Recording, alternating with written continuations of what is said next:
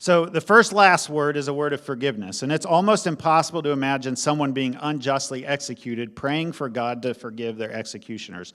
But this is what Jesus does. He says, "Father, forgive them, for they know not what they do."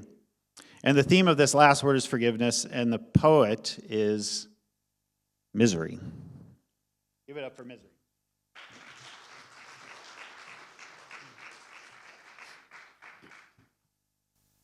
One of the first times I felt genuinely older was when my dog scratched me and I realized how much longer it took for my skin to heal. What used to take days to clear was still streaked red across my arm weeks later, and even now rests faintly as a white line down my forearm. I carry collagen crudely stitched together in ways I did not in my youth. This 36-year-old body that was not built to outlive 35 does not divide cells fast enough or carry oxygen quick enough to hide the damage that has been done.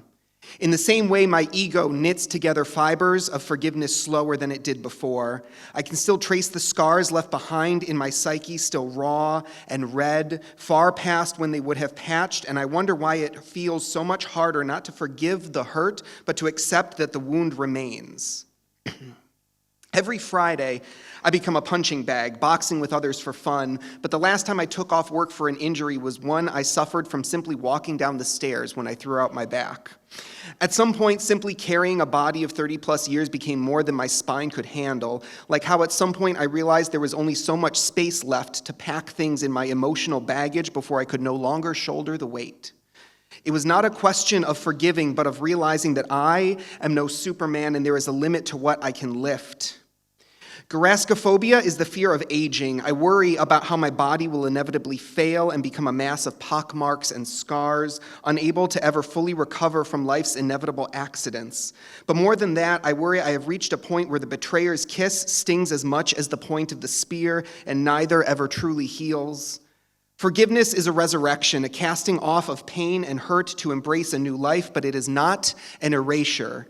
The scar is a reminder that every resurrection requires a death. And while resurrection is infinite, there are only so many deaths a person can suffer before all that remains is scars.